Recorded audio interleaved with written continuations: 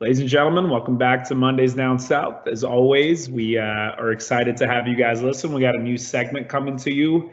The NBA is back.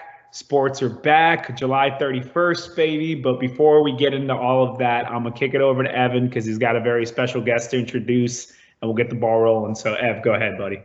Yeah, I wanted to welcome one of my best friends from JMU, Kevin Smick, up there in South Jersey near Philly.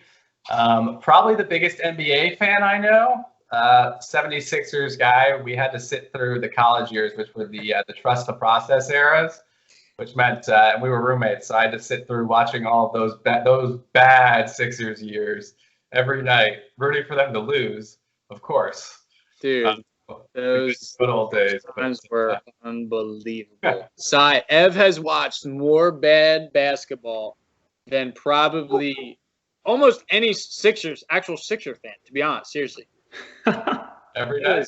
God bless him. That's all I got to say. Here's one thing I'll always appreciate. Somebody who is a fan of a bad team and still paying attention and giving attention to a bad team in their worst years, right? Because I don't know very many people that during the years of trust the process were fully engaged. So props to you on that. Also, the other thing I want to say on air, even though we talked about this off air, is this man has recently been married. Congratulations. That is big time. I know that this might not be the ideal environment to have a wedding in, but we're excited for you, and we will definitely celebrate you on here and off air whenever we get the chance. But Kevin, also let the viewers know, I gave a little bit of a synopsis, but let the viewers know, like, kind of what your background and familiarity with sports is, and also just where you're from and where you grew up. So, if we have any listeners that can relate, it's great for them to know. So sure. So I'm the same age as these guys. I'm 26. Yeah, I got to think about that for a second. From South Jersey,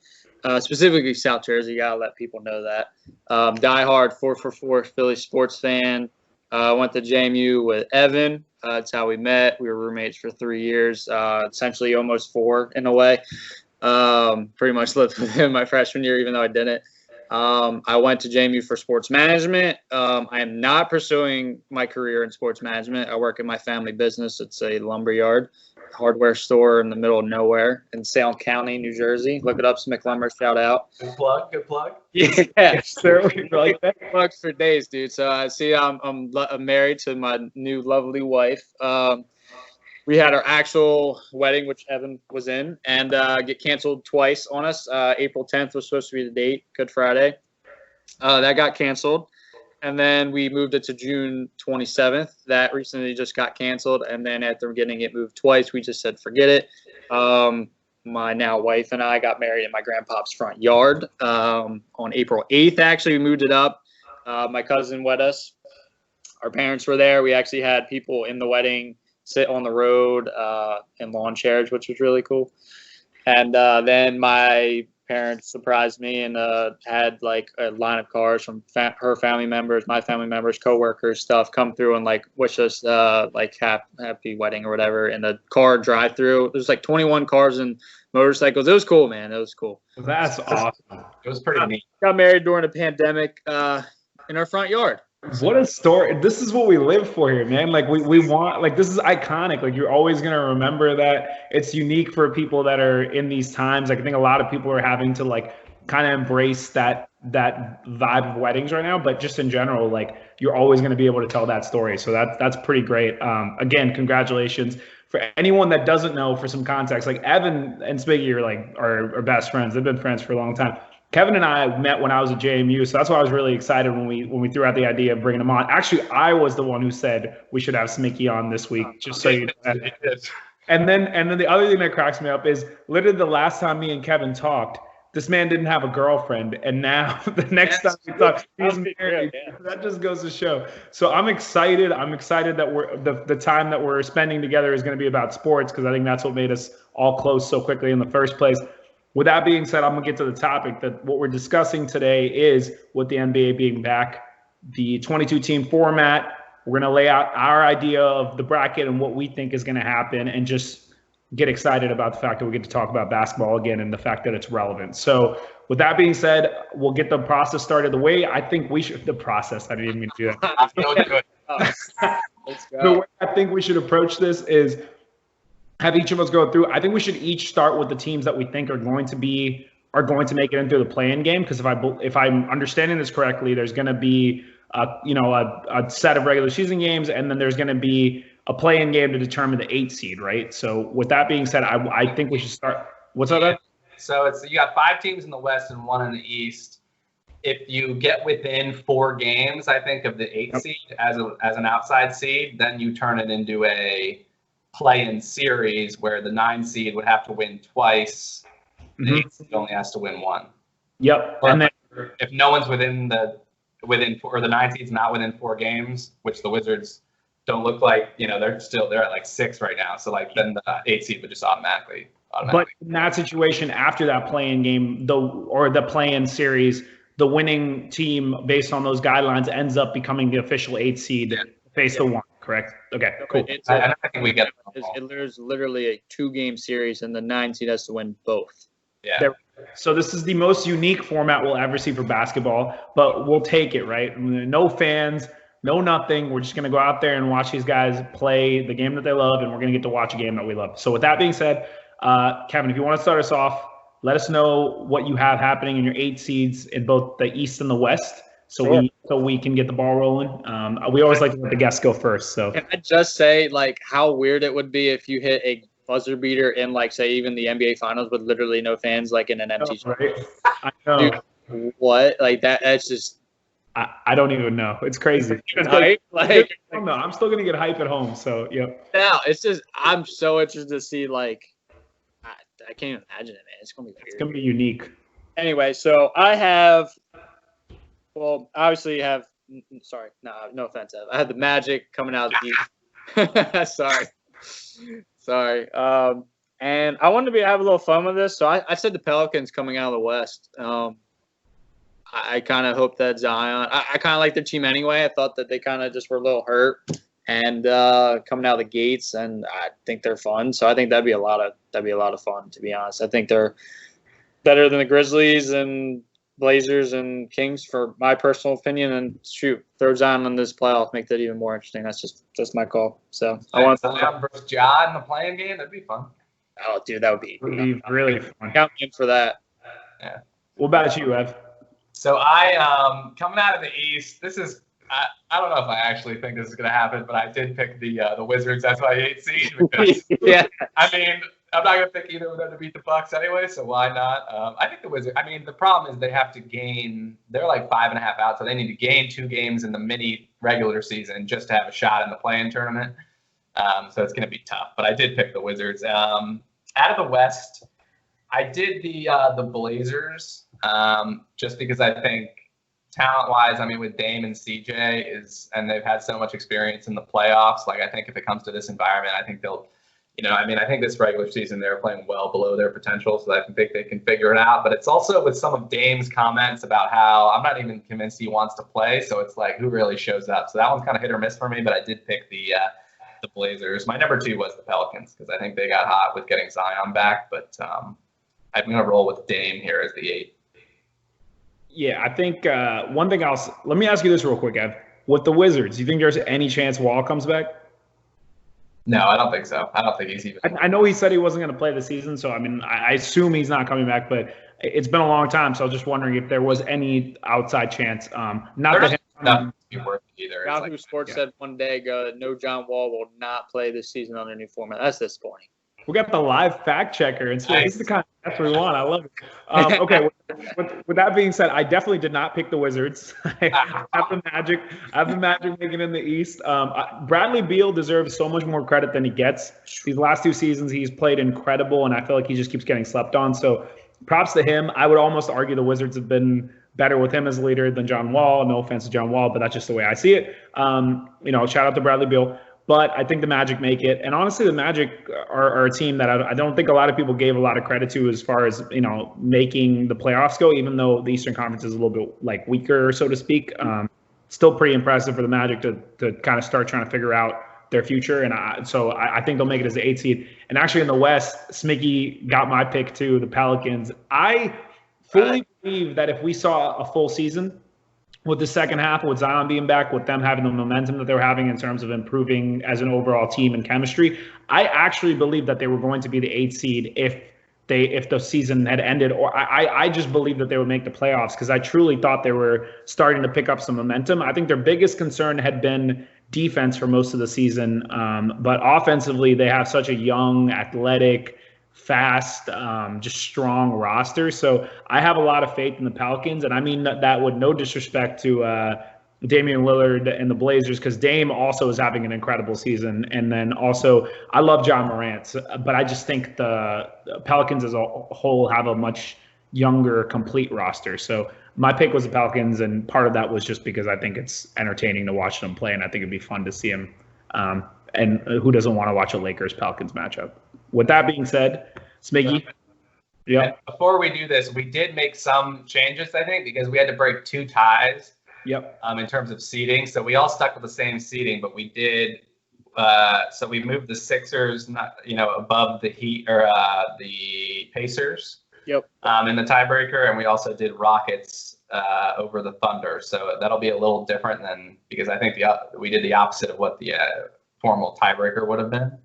But can I say how much of a back to the 8 seed, how much of a factor that backup center Julio Okafor will play for the Pelicans? Yeah, he's just a key factor for this turnaround for the Pelicans. My boy, Julio Okafor. No Philly bias there. The Sixers, to clarify, Sixers are the 5 in the East, and Houston is the 5 in the West, right? Yep. And everyone else is as is. Cool. So what's your 1 versus 8 in both conferences? Obviously, this is a chance to talk about the ones because I would be shocked if you picked 8, but that's what we're here for. So are we going by seeds, or you want to stay on the East? Or you want to do it by? Yeah. How should we do this? Up to you guys. How you guys want to do it? I think we can go. I think we can go by seeds just because it's fun to bounce from conference to conference. So let's go by seeds, and then we'll kind of loop it back to. Should we go a matchup at a time though, or what? Let's do your 1 versus 8 in both East and West. So yeah, I went chalk, obviously. I'm not really a fan of the Magic. They don't have much firepower, I don't think. Not a big Aaron Gordon fan. He's fun, but Bucks are nasty, man. They really are filthy. I want to know as we go through this what you think your prediction is going to be in terms of the series. Like, do you think it's going to be a sweep? Do you think it's going to be You're going full sweep. All right. Definitely. I would give that 4-0 very, very quickly. Lakers, I don't know. I'll say Lakers in 5. I'll say Pelicans. Okay. You're giving the Pelicans 1 game? And that's cool. Like, it's weird because I'm thinking like, oh yeah, they'll win one in New Orleans. I'm like, oh wait, that's not a thing. So it's weird, man. Anyway, Bucks are just they're so deep, well built, and just Giannis playing like the superstar that he is, and I believe that. Defensively, they're just disgusting. Eric Bledsoe, man, one of the best defenders in the league, and shout out Villanova, Dante DiVincenzo. Yes, sir. They just got a lot of depth. I mean, they got both Lopez's, and they can do everything, and they shoot the freaking lights out. Like, watching games against them, like Sixers, Bucks, I was never more infuriated all season than just watching a Bucks game. Like, they're just nasty. I mean, their bench is filthy. Bold statement. I think their bench could almost beat the Bucks, beat the Magic, maybe. Honestly, you wouldn't be crazy in saying that, in my opinion. So that's not even close to me. Lakers, it's pretty self-explanatory, but I think they might get hot one game, or who knows? LeBron probably just gets lazy and is just like, whatever, and then So I'll go with in 5. All right, yeah. So I have chalk here as well. Bucks over Wizards, of course. Maybe I'll give the Wizards. No, I'm just kidding. They're gonna get. Dude, Brad will go for like 60 points, and they'll definitely at least win one. They still lose though. He does that all the time. Yeah, it's right. But Bucks in 4 over Wizards, and I think the Blazers are actually kind of interesting because like they get hot, they have playoff experiences, like they've done some nice things. Lakers maybe a little rusty because they don't have quite the chemistry, given that they've only played together for like half a season. So, but I'll give them a game. I'll give the Blazers a game. But Lakers 5. I got a clean sweep. Yeah. Got a clean sweep in the East with the Bucks winning 4 straight. I don't even think it's going to be close. I don't think the Magic come close. Out West, I got the Lakers winning that series pretty handily, but I could definitely see the Pelicans taking a game, not just because the Lakers don't have chemistry of playing together for years, but because of the fact that it's been such a long break with this season. It takes a little while to get your chemistry like together. I could definitely see a lot of these like dominant teams having maybe just a little bit of rust, at least in the first couple rounds of playoff, and just basically getting through it with their star play. I think that's what's going to happen. So in that way, I see LeBron and AD just being like too much, and I'm with Kev on the fact that I think it's going to be a 5-game series. So that's my 1-8. We'll move on. Kev, what you got for your? I'll say 1 point here. The Bucks were literally setting an NBA record as the time was before the season ended. But for scoring differential, they were at a 12.4 points per game. They were beating the next team. So they literally were destroying everybody. Like, holy cow. Just ridiculous. So next we go into 2-7. 2-7. Yeah, 2-7. So I have the Raptors over the Nets. Evan and I were talking this off air before, but I guess there's a potential with Kyrie. I mean, Sai, I'm sure you know better than I do. Is Kyrie coming back or what? I don't think so. I'm obviously hopeful, but I don't think so. Yeah, it seems like both of them have a chance, but I don't think so. But anyway, Raptors are nasty still. Like, it's pretty impressive. So I got them winning. I'll say they win in – Nets are tough. Sixers played them in the playoffs last year. That was a brutal series. They're a lot different team now, like a lot different. But still, they got really good role players and just tough guys and just guys that, like, if you're going against them, like, you just freaking hate them. Like, so. Agreed. Raptors aren't that awesome. They're good, but, like, they're good defensively. But I think that could go 6. I'll go 6. They're sneaky good. Yep. I like that. I'll go Raptors in 6. I got Clippers sweeping the Mavs. A sweep? Yeah. I just decided that 3 seconds ago, but I'm going with it because I don't know. The Mavs, I like that. They're fun. Clippers are that's a filthy squad. No, you're right. So Luka's cool, Porzingis is cool, but dude, you're just Kawhi, man. Once again, I'm bringing it up again as a Sixers fan. Kawhi literally is maybe one of my worst sports memories of all time. So I never will go against him. Dude, watching him for 7 games was I've never seen. I mean, not even because rest in peace Kobe Bryant, like just because all what happened this year.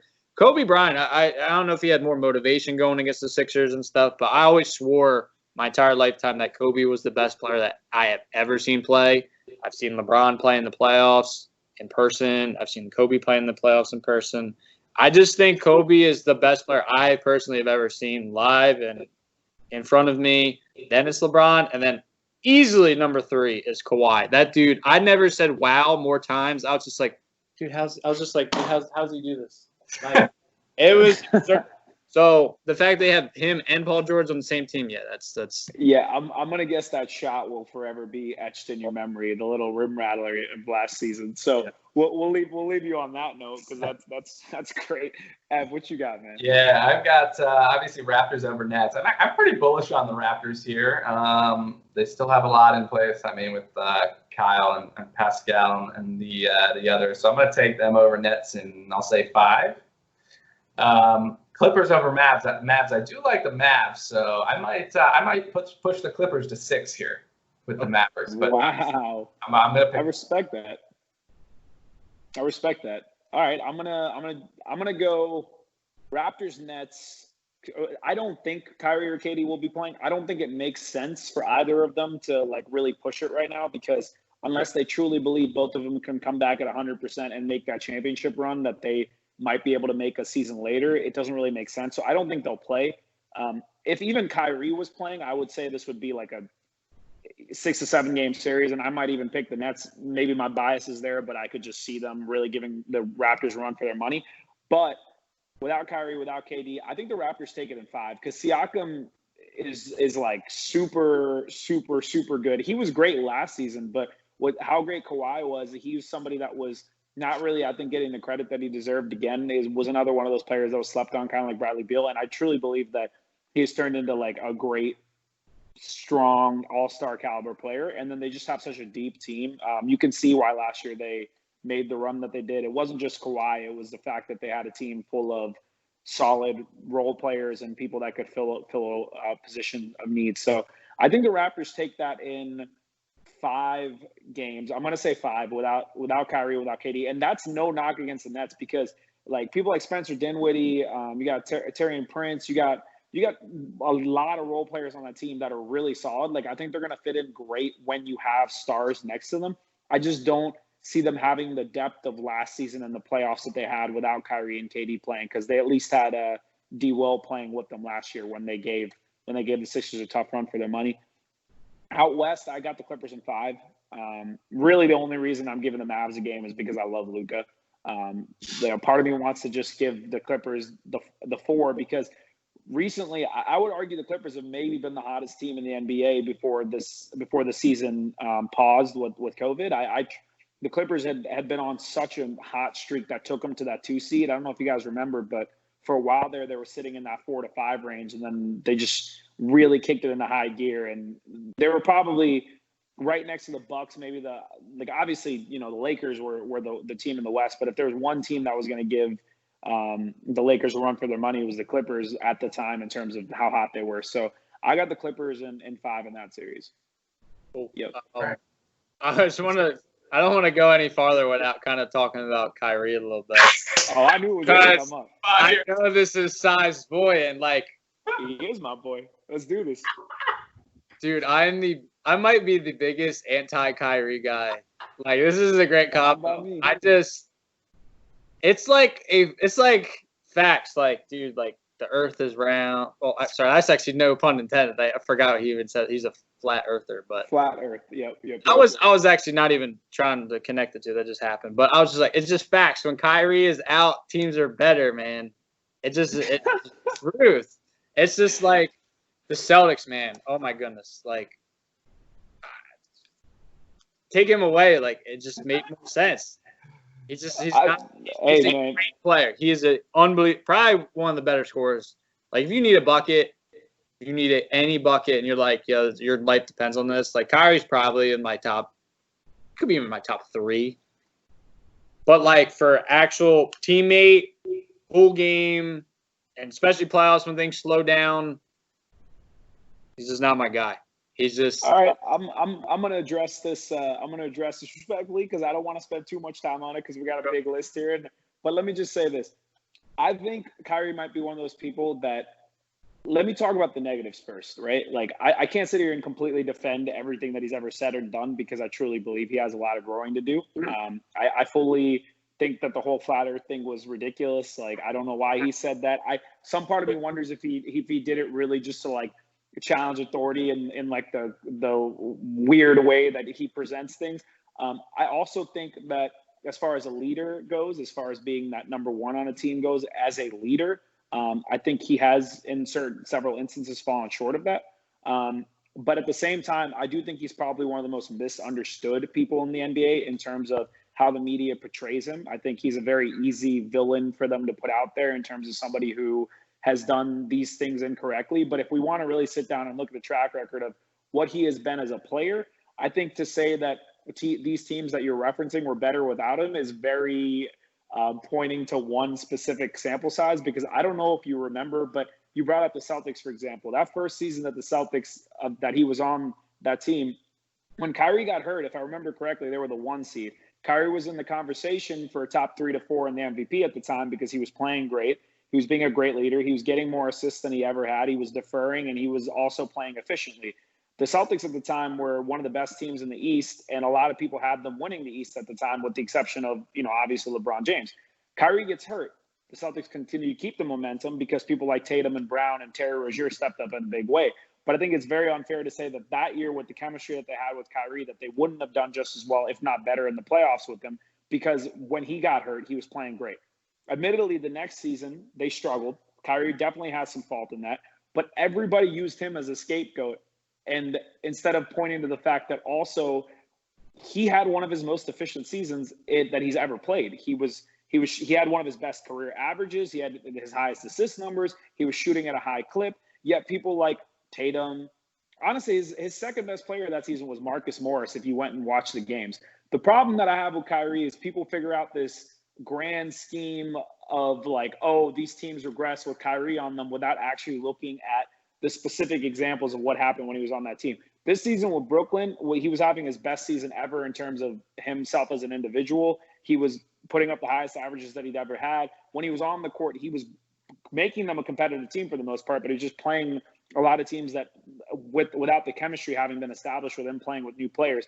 I just think he gets too much flack because he is one of those people that went out and won a championship as the one beat of LeBron, as a very vital piece to that team. And over the course of his career, he's made like 4 or 5 all-star teams. And I think a lot of people forget that the dude is literally our age. He's 27 years old and he has done all of this, and he's arguably isn't even in his prime yet, or is just entering his prime. So I truly believe that he's still got a lot to be said. And I think him and Durant have a lot of things to prove together as far as the way the media perceives them. And I think they will, but obviously that's enough of a tangent for Kyrie on my end, but I'm going to back up my boy if you're going to bring him out like that. He's a 6-time All-Star. Just 6-time All-Star. Yep. There we go. And he outplayed Steph the season that they won in the finals, by the way, if we want to just throw it out there, when him and LeBron essentially took down the greatest single season record of all time. So just putting that out there. If he didn't hit that shot, they don't win that title. So exactly. And a couple more things, but yep. Ev, what you got? I could talk about Kyrie all day, so I'm not gonna. I know people listening have heard me talk about him all day, so I'm gonna move forward.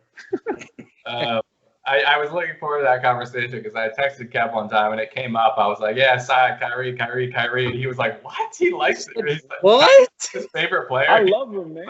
I love him. I was so confused. So, I'm glad we got to do that on air, but all right, I'll pick up the pace here on what are we on? We're on. Wait, we're talking. No, Kevin. I think it might be Kevin. Kevin, you're up. 6. Yeah, we're going in order. Yeah, 3-6. Yeah, we were done. Right, I just had to cycle back before we. Yeah. I had to get. I couldn't be on here and not mention it. So we're 3 seeds. So that means Celtics, Pacers, or Nuggets, Thunder. We'll start in the East. I have the Celtics. Not a Pacers fan. I don't know why they're even. They're currently ahead of the Sixers. It's crazy. Got a bunch of average players. Really no one that scares you. Oladipo's back, but I don't think he's really. I don't necessarily know if he's fully. He's kind of still rusty, I would assume. I like Sabonis. He was an all-star, but they just don't do it really for me. I'm going to go Celtics in 5. I just think that they're just really well put together. I hate them so much. They're just legit. Defensively, they're just a well-rounded team. That's kind of just where I'm going. I think Jason Tatum's taking that next step to being maybe even a top 15 player in the league. It pains me to say that. You don't even know how bad. But regarding the Markelle Fultz. Yeah, I was going to say, that was Fultz, right? That was Fultz. Markelle Fultz and another pick. But yeah, so I'll go with that, and then the Nuggets over the Thunder. It really, speaking of teams that shouldn't be that good, I don't think where did the Thunder come from? I know. It's crazy. I know. That doesn't make sense to me. I don't know how they're there. They're supposed to be tanking, and the Sixers actually. This is so. I'll try. I can't stop bringing it up. Sixers actually have their first round pick. If season ends today, we get their pick. So. It's like borderline. It's top 20 protected. I think they're at 22 or something like that. And we're actually like high. I don't know. It's close. So like I hope that they don't fall too far back in this like not series because I want that pick. But yeah, I'm not really a big Thunder fan. I think that's going to probably die out. Especially I can't wait to touch on that, Kevin. By the way, I can't wait to touch on the Thunder. I'll let Evan go, but I have strong thoughts on why I believe they're doing what they're doing.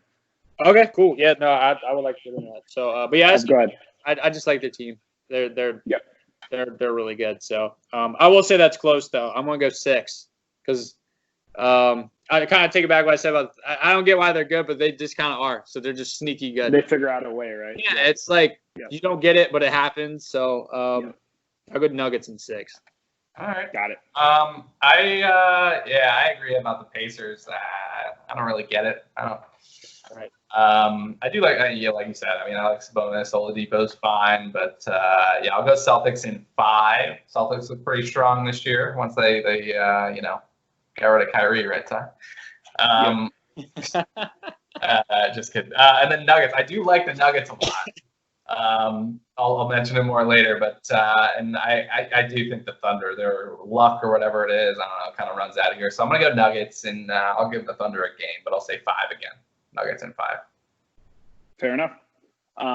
So I'll start with the easy one for me first. We were saying out east, you guys are saying the Pacers you're not a huge proponent of, right? Versus the Celtics.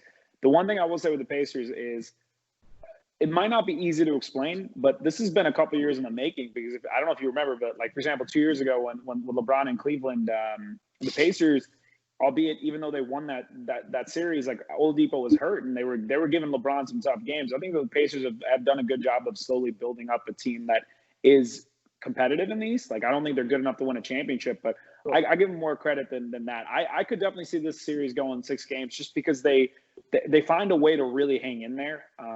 And that's not to take away from the Celtics, but the question is what also their questions about the youth and stepping up. People like Jaylen Brown, Jason Tatum.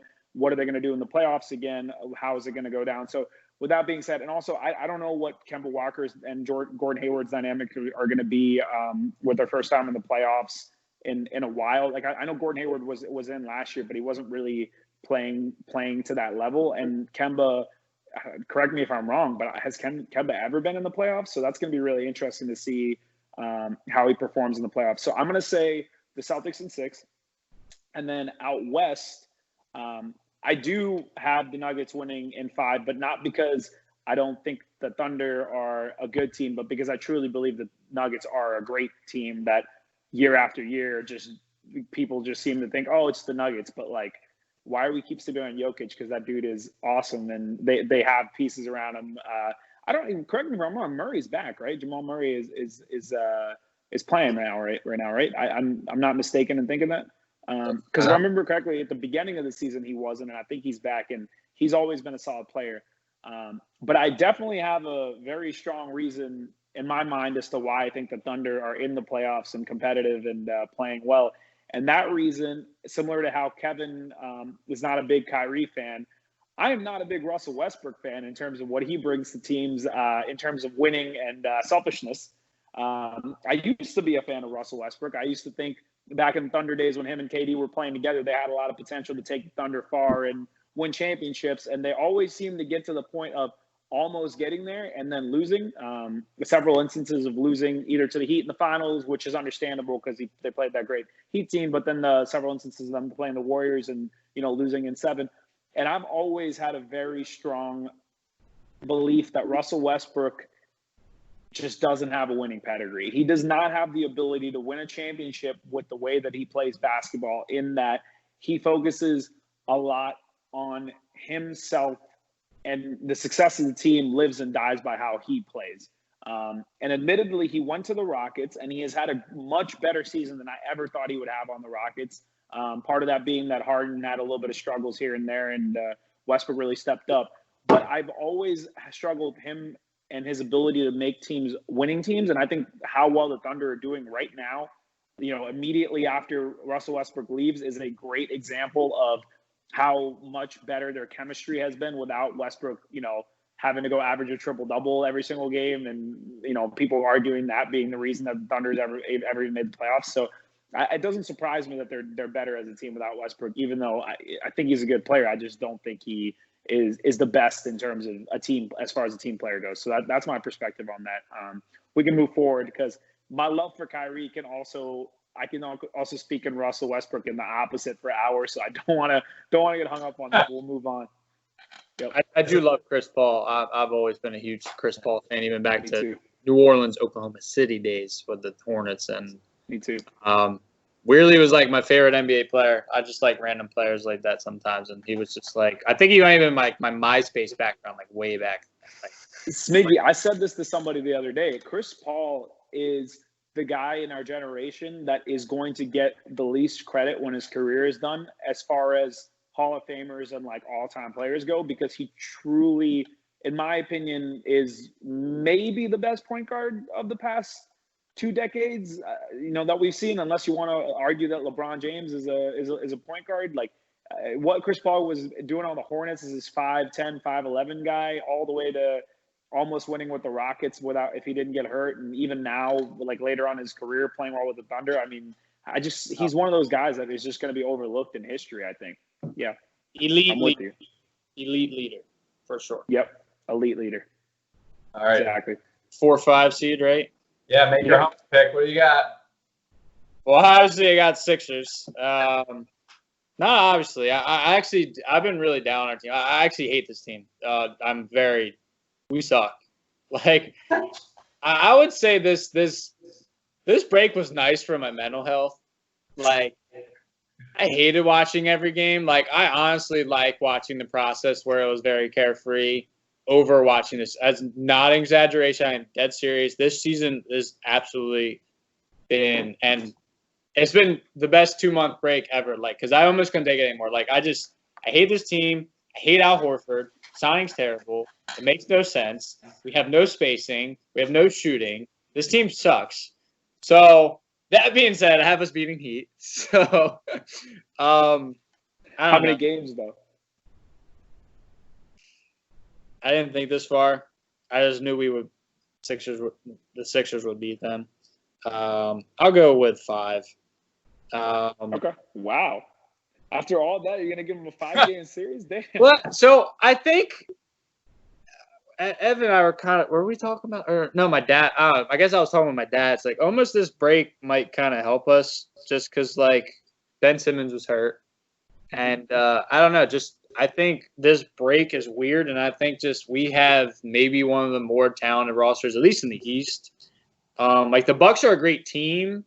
We have better starters at least, and like just higher profile players, I think. But minus a Greek figure, like he's better than all of our teammates. But I get what you're saying. As in a terms whole, of pure talent, yeah. Correct. Like we honestly have the more star power names in the entire conference. So that alone, I think this break helps us. I've always said like we kind of.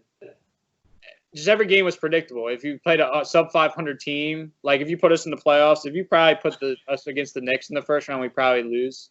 But if you put us against someone good, like we're fine. Like we would get up for the best teams. We beat the Bucks by like 30 points on Christmas Day. We beat the Lakers. We beat the Clippers. We beat a lot of good teams. So I think we're almost built for the playoffs. We're good defensively.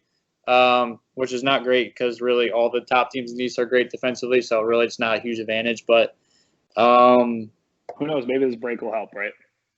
Yeah, I kind of do. As like I said, I kind of just think like the pure talent thing, and just I would really hope this scenario goes because I would love to play Jimmy Butler in the first round. My goodness. Oh, I forgot about that. I bet he would too. Yeah, I think he would love to play y'all too. Yeah. Yeah, so that would just be pure entertainment, and with no fans, that'd be even more. That'd just be wild. So, count me in. I'll say screw Jimmy Butler. I'll go Sixers and 5. All right. What does that go to the West? You got Rockets and Jazz. Yeah. So, what is the story with the Jazz? Are there everybody's playing right? I haven't even looked at. Bogdanovich is the one he's out, right?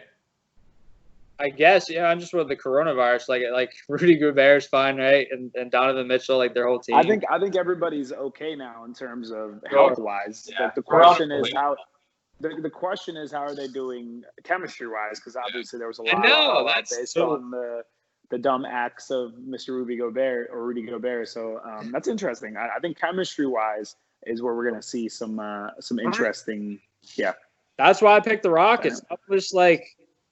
That's gonna be a weird locker room. Like, yeah. Honestly, there's a lot of positive NBA players. I mean, I know Marcus Smart came out and said he had it.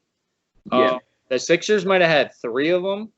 The Lakers had a. I mean, I think when doing this, our assumption is that everybody is playing. I don't think they would have signed up. I don't think the players will sign off on the season happening unless they feel that they are ready to play. And the people that did have it got it pretty early on, and it's a couple week thing. And at this point, it's probably gone. So I think the assumption is that they'll play. With that being said, I'm curious. Do you feel any differently from Smicky on this, Evan? In terms of who you think is going to come out? No, I agree. I think the chemistry thing is gonna be. I mean, it seems like they've kind of said they squashed it, but I don't know. Yeah. I just if I was a betting man, I just wouldn't want to touch that. And the Rockets with their weird small ball lineup where they don't play anyone above, I guess because they have Capella still, right? So theoretically he'll be healthy, I guess, and they can go back to playing Capella. He's on the Hawks. No, he got traded. All right. Yeah. Oh, then yeah. So Covington. Yeah. It was the deadline. Okay. Yeah. They got the ex-Sixer, Mr. Robert Covington. Yeah. Yep. So they are completely doing the no one under or no one above 6'6". Really, PJ Tucker's their center. PJ Tucker is their center, dude. Yeah. So I'll take them, and I guess 6 because I do think that. I don't know, but yeah, I think the Jazz are gonna have problems, and Bogdanovich genuinely being out, which I'm pretty sure he is, because I think he had a season under.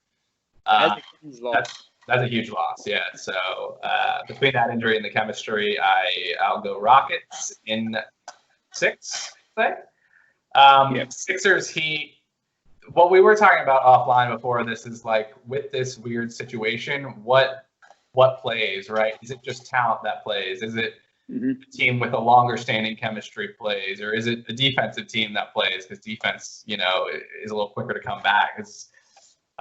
So those would be my 3 stances. So when it comes to Sixers Heat, that's why I am going to go Sixers here. I'll say 7 because I also feel like this is a bad matchup for the Sixers, though. Is that not wrong, Kev? Because didn't you guys have a lot of problems with the Heat in the regular season? Oh yeah. They're a great defense. They're a great defensive team. Off the top of my head, I think they were 2-1 against us. I don't have those stats in front of me because NBA.com. It's actually we're making up our own matchup here. No doubt. Yeah, I could touch on that too if matchup in terms of matchup. Sixers and 7 though. Sorry, go ahead. Sixers, you got. Oh, sorry, I didn't even catch the end. Yeah, You said Sixers and 7. Yeah. Okay, cool. I'm thinking. So I'll start with the West real quick. I got the Rockets winning that series.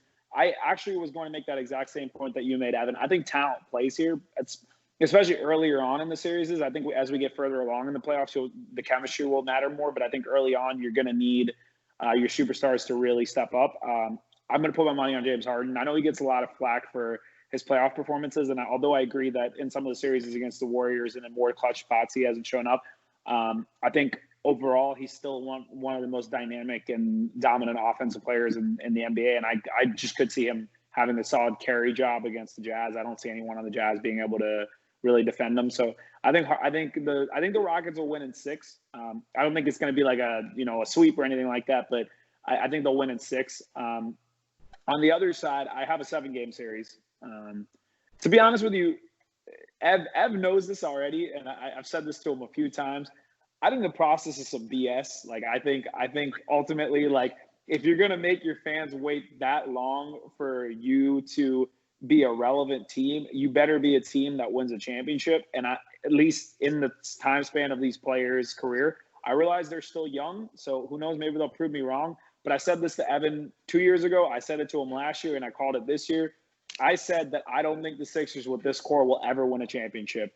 I've said it, and I'm sticking to it. I truly do not believe they will, because I just don't think Ben Simmons and Embiid together is ever going to be the core that wins it, just because I don't think that there is enough variance unless you surround them with solid role players that fit the bill. And their idea of surrounding them with solid role players that fit the bill was signing Tobias Harris and Al Horford to absurd amounts of money, which the moment it happened, I think Evan probably recalls this, I was vehemently arguing that those were very dumb moves. I said, just because you have the cap space and just because you aren't able to get another superstar doesn't mean you have to spend all your money on players that don't deserve that amount of money. Very similar to what for example, the Wizards did with Porter a few years back. It's a nightmare situation when you give these guys too much money, and that's a position the Sixers have put themselves in.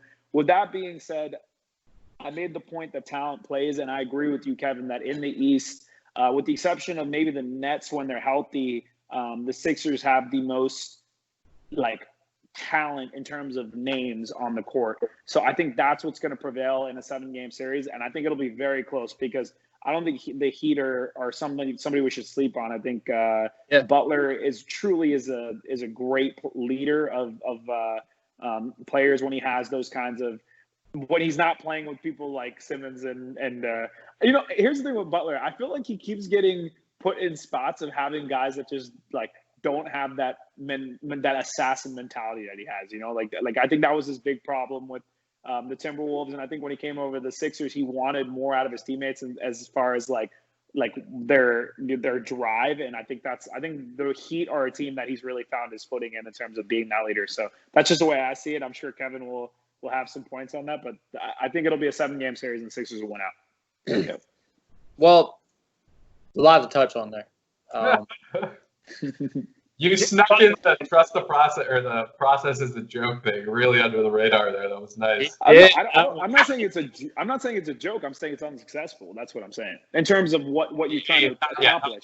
Joke. Yeah. I know I'm in the wrong room to understand the process, but just to touch on Jimmy Butler. Jimmy is. I think his issue is he wasn't the alpha here. He definitely needs to be the alpha. Yeah, agreed. We gave him crap for it. It's just dude, I honestly don't think I still don't. He's not the best player on an NBA championship team. I agree. So if he wants to win a title, he probably should have stayed with us. Because if you go, and honestly, Ben Simmons and Jimmy Butler were a terrible combo. That was a failed trade. I'll be the first to say it didn't work. It was a great I don't regret it happening, but I think how it worked out, we got Josh Richardson, whatever. That was fine. Jimmy Butler just needed to be his team. He's too much of that personality. If he wants to go somewhere and win, 47 games every year, have at it and retire. There's a lot of jokes that he was retiring to South Beach because but have at it, dude. Whatever. But process. I will keep this semi-short. Evan and I will never, ever agree on the process, ever. Yeah, we used to bicker on it all the time, but. Yeah. The goal, so as a true diehard, season ticket holder, 76ers fan, I'll take you back to a team with Drew Holiday, Evan Turner, Thaddeus Young, Spencer Hawes. Our ownership was a joke. This is previous ownership. We have a new ownership now. It was just hopeless. And, I mean, every season it's what is the point? Obviously, in the NBA, you either are the best team or you're the worst team. There's either – and now you say the best is upper echelon, bottom. So whether it's for about whatever. We're in the middle road. That's actually worse than – it's just common sense. I don't have to get too in-depth with it. It's middle's worse than the bottom, obviously, as you can tell. You need high assets to get better and to get superstars because, the Warriors got lucky. That's probably never going to happen again. You're not just going to have consistent 8-pick, 9-pick, 14th pick overall, and then just all of a sudden, boom, we have a trio of stars. That's not possible. I mean, the Thunder are the best example of all this, of really just they kind of did their own process without doing a process. And honestly, you'll never have 3 better picks than they had in a row. I mean, they honestly had 3 Hall of Famers in a row with Serge Ibaka thrown in there, who just won a title. And I mean, that team was filthy. I'm getting off track. I'll stick with the Sixers, but the goal was never to, I'd argue the goal was honestly not to just win a title, but to just honestly be in the running for a title every year and just bring hope to the franchise and just ignite. I think you told me at one time it would be a failure unless we won multiple titles and at least 3 conference titles. So I probably said that being cocky just because I was but no, honest to goodness, it's just I won't dispute maybe that was the goal, but if that was the goal, that was stupid, is what I'm trying to say. Like championships like that. Like no, I'm saying the goal to set the goal to be, if you're setting your goal to be anything other than I want to win a championship, and I realize it's easier said than done. I realize that a lot of teams are having to take different paths to it, but teams have done it. Like, it's not like the Warriors were great 10, 15 years ago, and obviously they had a situation that was unique. It's not like, a lot of these other teams were great, and not everybody's going to get LeBron James to come and play with them. I agree with you on that. But if your goal, and also I don't want to focus too much on it because obviously there's a bigger list, so I'll be quick about this. But I think any team's goal, and this is me personally, in any sport should be, what is the path for me to win a championship? I assume that that's what the Sixers were looking for, because they said, let's tank and just be terrible for a very long period of time. If your goal, if you had said, all right, 2 years of being really bad, and then you were going to try to put a team together that competed but didn't win a championship, I would have been more okay with that. But the fact that you made it as long as it was, and here's the other problem. If you're going to make it as long as you do, you need to be able to draft and get players to back that up. Like, that Markelle Fultz situation was your perfect example of your GM screwing up after trusting the process or whatever you want to call it. So that's why I have a problem with it. That's not my personal knock against, like, Philly fans or anything like that. I'm just saying in general, like, I think if we're going to talk about a process of losing for a long time to give your fans hope, you got to create a team that can also win for a long time. And I'm not just talking regular season wins. I'm talking about a team that at least even gets to it. Like, they haven't even gotten to a championship, much less won one. You know what I mean? Like, and I again, they're young, so I could be completely wrong. Like, 4 years down the road, I might look back and be like, damn, Embiid and Simmons figured it out. They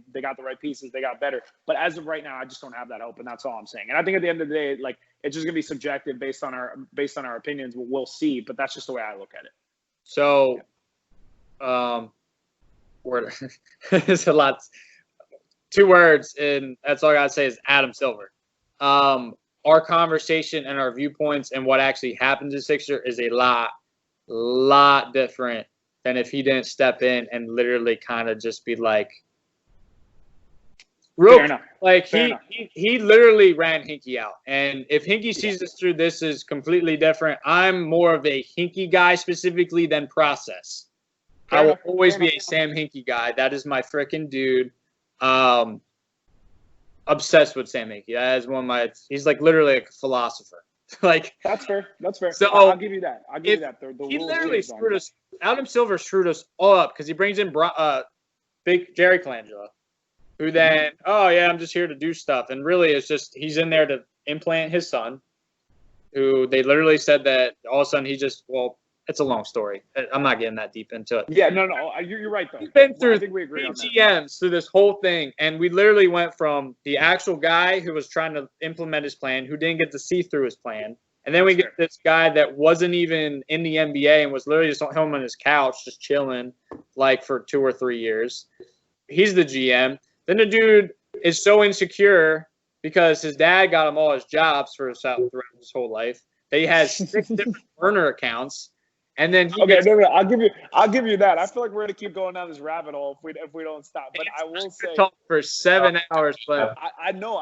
Hey, I could talk for 7 hours about Kyrie, but we both got called out, so we both had to back our situations up. I get it. But I agree with you. Ended with that. That's the system did work against you in terms of being able to see it through. I will agree with that. But ultimately, I do think they'll still win the series. So 7 games. I got the Sixers winning that round. Never actually said, but I had. I was going to do Rockets in 7.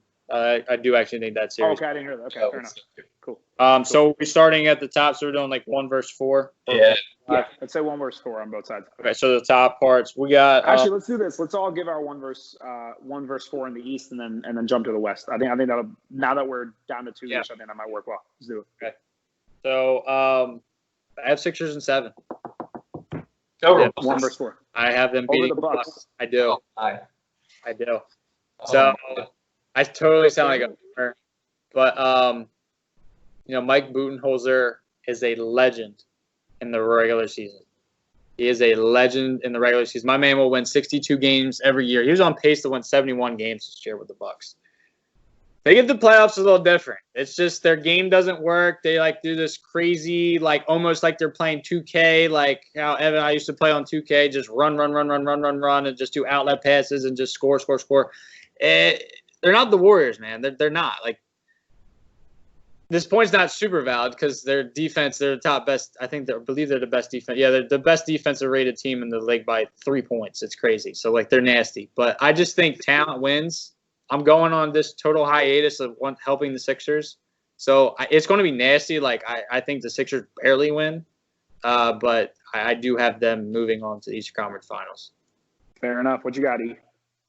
I actually do think that's going to be a really good series for the talent factor, but I do go by. I just think that the Bucks are just too much. Like you said, I mean, like even defensively, they're just so rock solid. And I think the current Sixers fit, like you talked about, like it just doesn't quite work as well. So I've got Bucks in 6, but I think it's good series. Yeah. I just personally like Embiid. He defends Greek Freak. I think it's a perfect match. I like Embiid too. I like Embiid too. Don't get me wrong. That's probably the best thing the Sixers have done in the last 5 years is draft Embiid. I think Embiid is, when he's healthy, in the conversation for a top 5 player in the NBA. If he was healthy for the last couple of seasons, he probably would be in the top 5 players in the NBA. That's how good he is. The one thing I will say is I completely agree with you that the Bucks have shown in the past, like last year is an example of them being great in the regular season and then folding a little bit in the playoffs in terms of what they did last year. But I think this year's different. I think it's not like they were just like the best team in the East record wise. They were a dominant team in the East. They were leaps and bounds better than the 2 seed in terms of their record, in terms of how they were showing out. And they weren't just beating up on East teams; they were beating up on solid West teams as well. The Bucks were showing signs of true growth. Giannis continues to play like an MVP, just like he did last season. You made a point about them not being the Warriors. I agree, but I don't think you need to be the Warriors to beat the Sixers. I think the Bucks win in 5 against the Sixers. I don't actually think it's going to be that close. I truly believe the Bucks are far and away the best team in the East, and I don't think anyone is even in the same conversation. I think they're in the same echelon as some of the best West teams. I don't think any of the other teams in the East are in that echelon, so that's why I have the Bucks winning pretty handedly in that series. So I got the Bucks in 5. Sure. All right. We jump over the West. You got in the West, Miggy. Yeah, I got so it's Lakers Rockets for me. Anthony Davis can literally just like reach over and just throw over PJ Tucker. Like PJ Tucker's awesome. Like that dude, he was on my fantasy team. Like he's tough. Props to him. Yeah, but I mean LeBron and Anthony Davis are both taller in their entire lineup. I like the Rockets. It's a cool little. That's actually what D'Antoni's wanted to do for his entire career. Like he always is just seriously like that was his 10 years ago he wanted to do this, but he finally got the balls to try it because I guess he knows he's going to be fired if they don't win. So I think I'll give them 5 games again. I think they kind of just coast there. There's really nothing else to say. Lakers, very good team. I'll just stop there. Yeah. All right, I do think the Rockets are fun for what you mentioned, but yeah, I don't buy it. 4, maybe a little aggressive. 4 sweep. Wow. Damn. Okay, so if this was coming straight from regular season into playoffs and the Lakers and Rockets played each other, I would maybe say close to a sweep, if not 5 games. I definitely think the Rockets will win 1. I'll give them that much credit.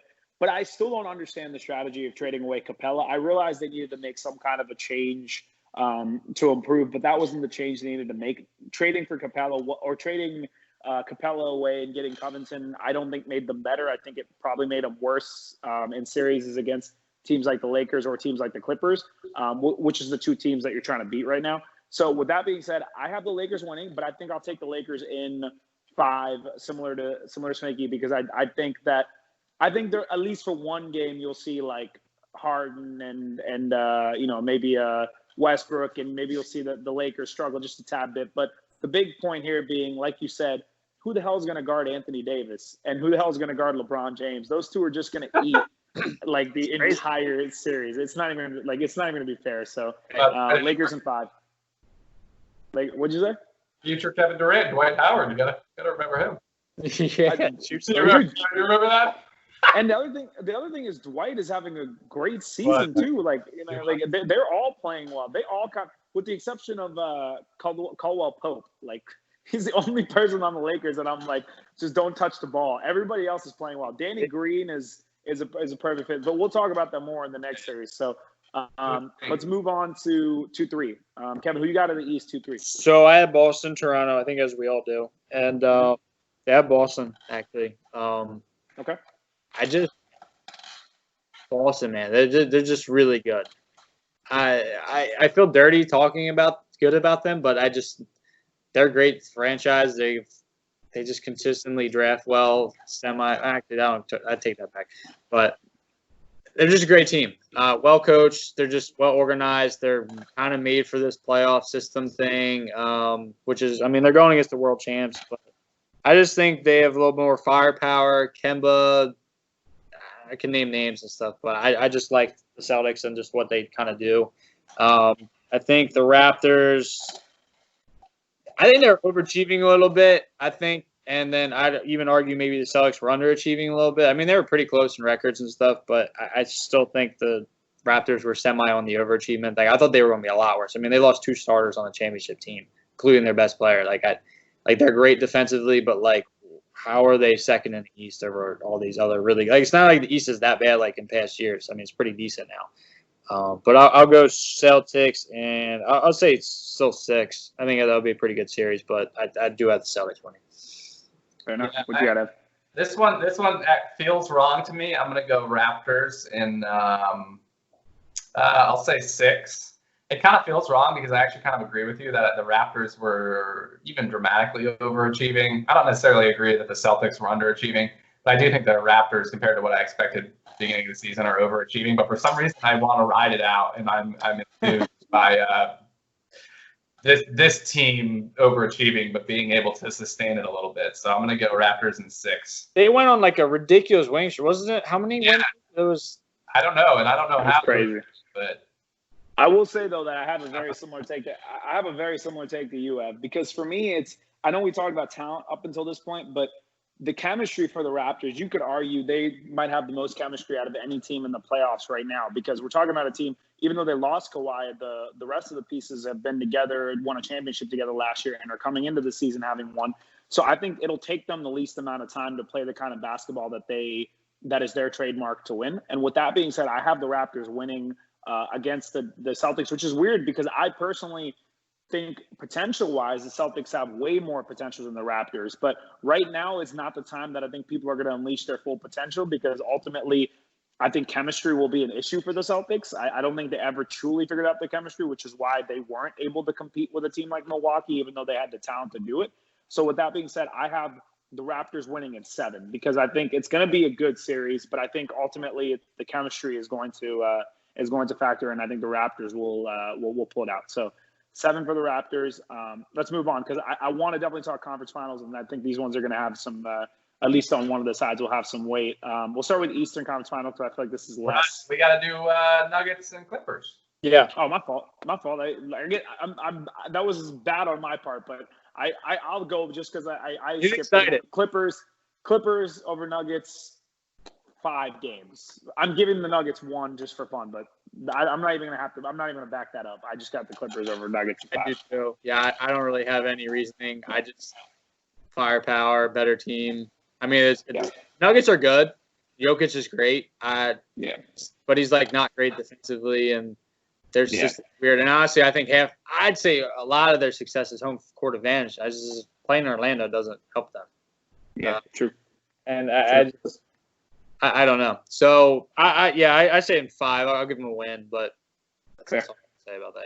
Yeah. The Nuggets were going to be my hot take here. I almost considered putting them winning this series. I did have to recheck their roster during the middle of this call just to because it's like Jokic and then a bunch of like lesser known guys. I feel like and Jabal. So I pedaled off that hot take. I will make it a 7-game series, but I'll take the Clippers. 7 games. Wow. Podcast pivot.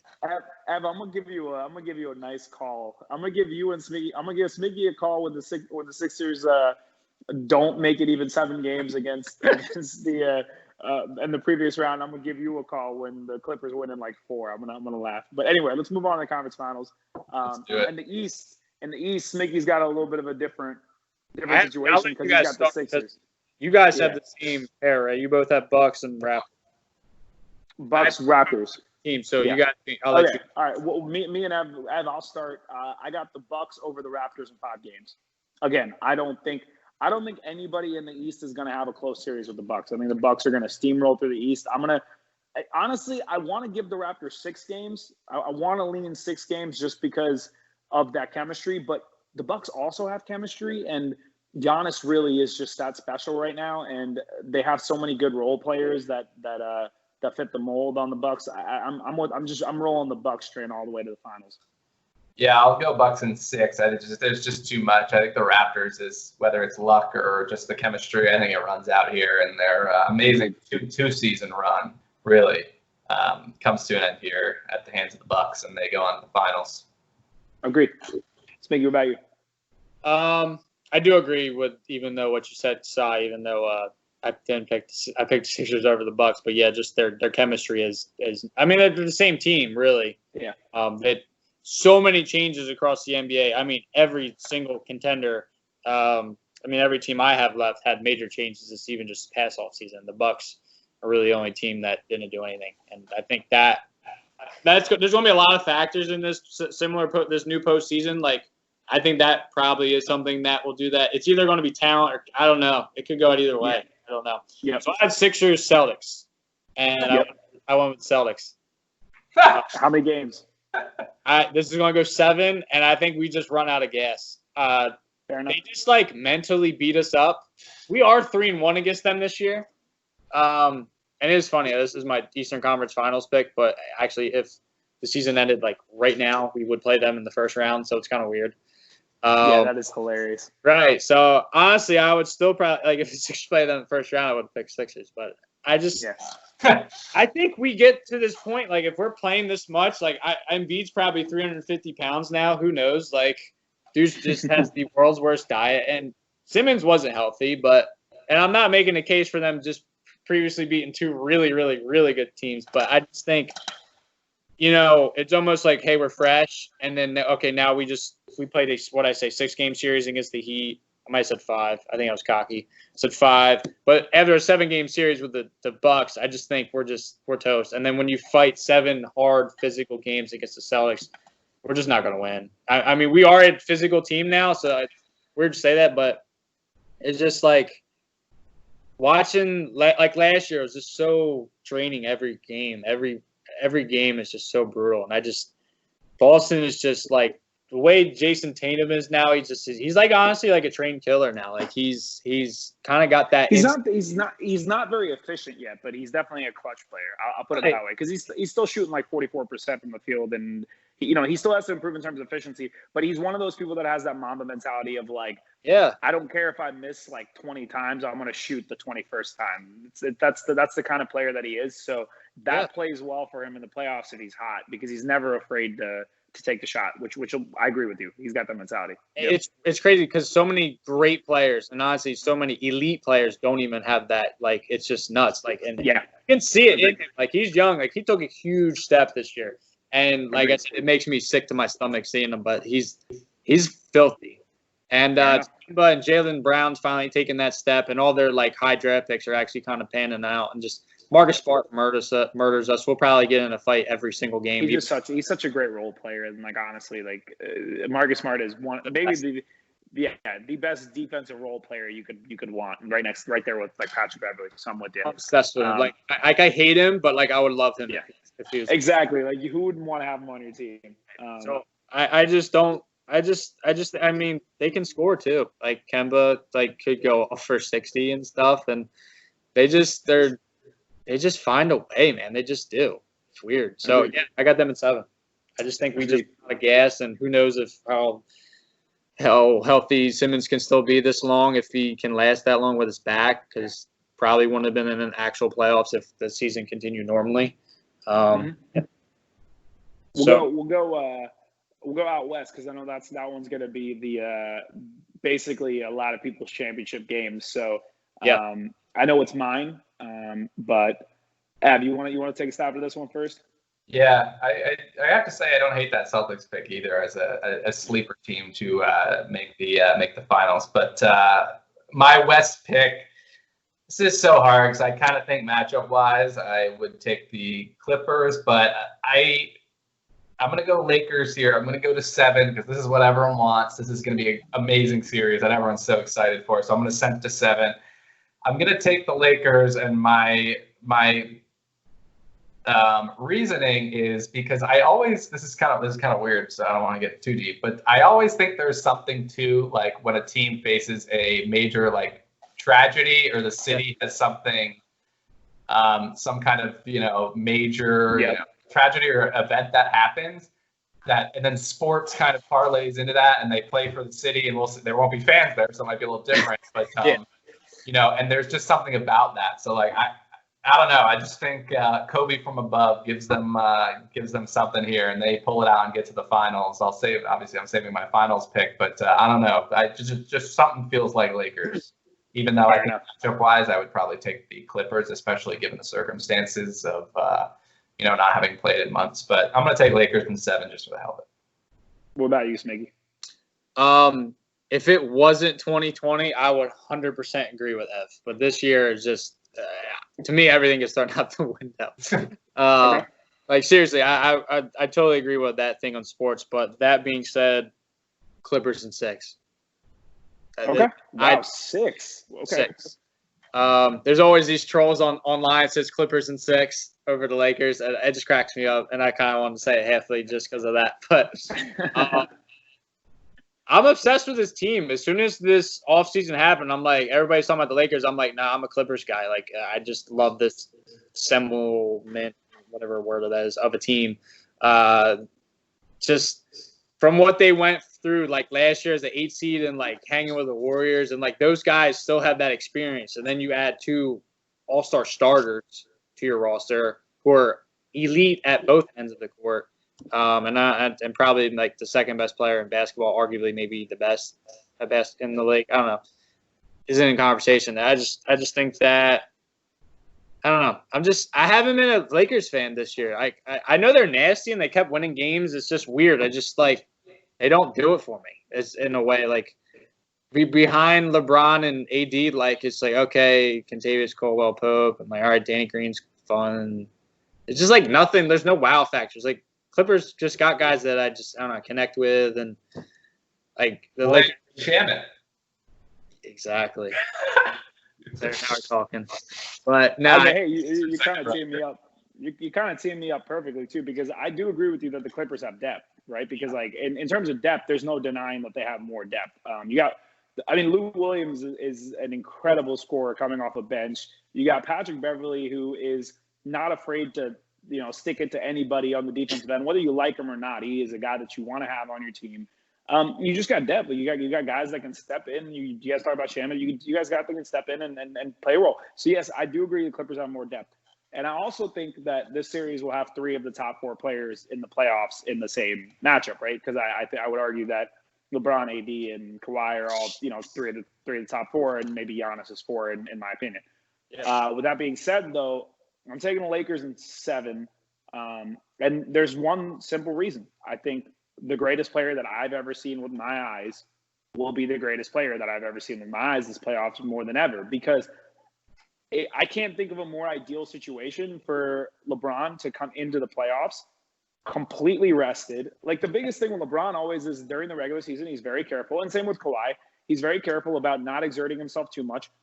Yet he was still this season, even without, playing at 100% the entire regular season, he most likely was either going to win the MVP or finish second. And now he's coming into the playoffs with months of rest. Out of everybody in the NBA, there's nobody who's spending more time conditioning and working on their body than LeBron James right now. He's probably spent $2 million on his body in the last 2 months. Just getting, other crazy things you've heard. I think he's going to come into this playoffs, and I think we're going to see him have one of the greatest playoffs in his career. Maybe not statistically, but in terms of how he performs, because I think he has chosen to defer this season. I think AD will be the leading scorer in that series, but I think LeBron will have a dominant playoff run. And I think he'll be the best player again, and I think he'll prove why he's the GOAT of our generation. And I think they're going to win in 7 purely because of that. But there's no denying that I think this is going to be a close series because both teams are great. Paul George is great. AD is great. Kawhi is amazing. LeBron's amazing. Like, it's going to be so fun.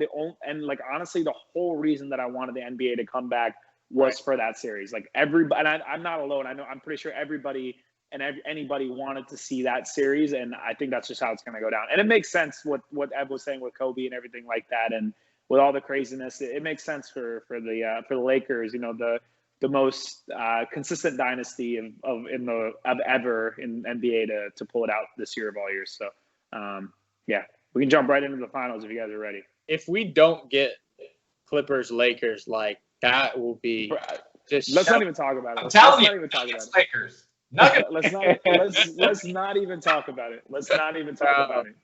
No. Let's not even talk about it. Let's just go to the finals. Let's do it. All right. Main point before we actually move on. Morris versus Morris is the most low key. True. True. Yeah, that's going to be exciting. Oh yeah, and they're both good role players. They're both like Marcus Morris is Marcus Morris is actually a good player. I don't think he gets as much credit as he deserves. Yeah, but yeah, I'm excited about that. Markieff is not. Yeah, Markieff is not. Yeah. So you both have 1 seeds. You guys want to start? We're chalk. Yeah. You want me to go? You go ahead. We'll let you go first with the uniqueness. So I have Clippers and Celtics. I do have Clippers in 6 again. Okay, cool. I picked them in July a year ago when they did all these moves. I almost said like it doesn't even matter, like all the chemistry stuff. They're just talent just wins. NBA seems like a sport that just kind of works. Like just hey, we're just talent always wins. Some like NFL doesn't seem like that. Baseball's a little different. Just in this it does. That's. I don't have any much to say. I think it might even be in 5. I don't know, but I said in 6 because I think it'd be interesting by that point. But they have a lot of firepower, and just Kawhi, man. I just think they're champion. It's probably not as exciting as the Lakers Bucks finals would be, but I think it would be pretty cool to watch. These guys go at it, but.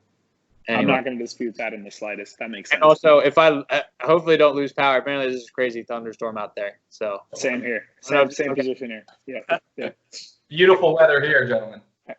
Thank you. On that note, why don't you give us your final spin? Yeah, I got. So I know I was hyping up the Lakers and having the the Kobe bump, but I am going to stick with the Bucks here. Wow. Okay. So I'm gonna go Bucks.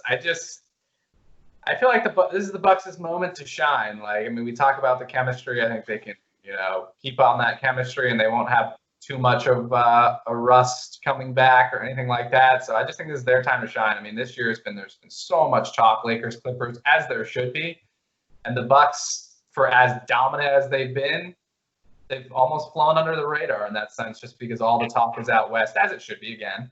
But I just think this is their time to shine. It's Giannis' time to shine. And I think they get it. I think they get it done. They're just a more complete, deep defensive minded. So wait, how many games did you say?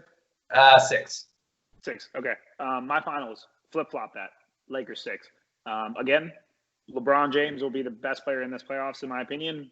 I think not that the Last Dance is going to motivate him even more, but I truly believe that.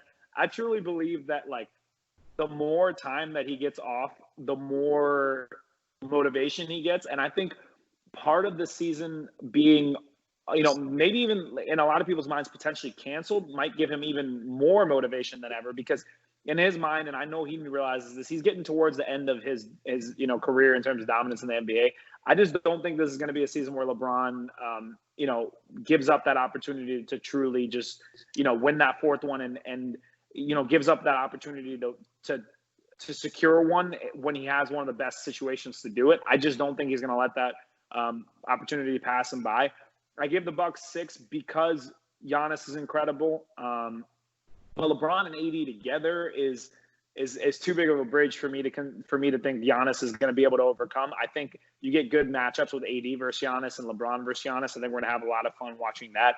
But I just think ultimately that duo, the Lakers from the beginning of the season have been the best team in the NBA. I don't see I don't really see the argument against it, because truly from the beginning, it's not like they ever really were slow. They've been playing great the entire time. And I think they're just going to continue to pick that momentum up. And I truly believe LeBron's going to win his 4th this season. And that's why I was like super upset in the first place about the season potentially being canceled, because I was like, this is going to suck for LeBron. He's a 1 seed. He's in the best position he's been in. It's towards the end of his career. He's giving it his all. Like if he didn't get a chance to go capture that ring this year, I would have felt for him, but I think he's going to go capture that ring now that the NBA is resuming.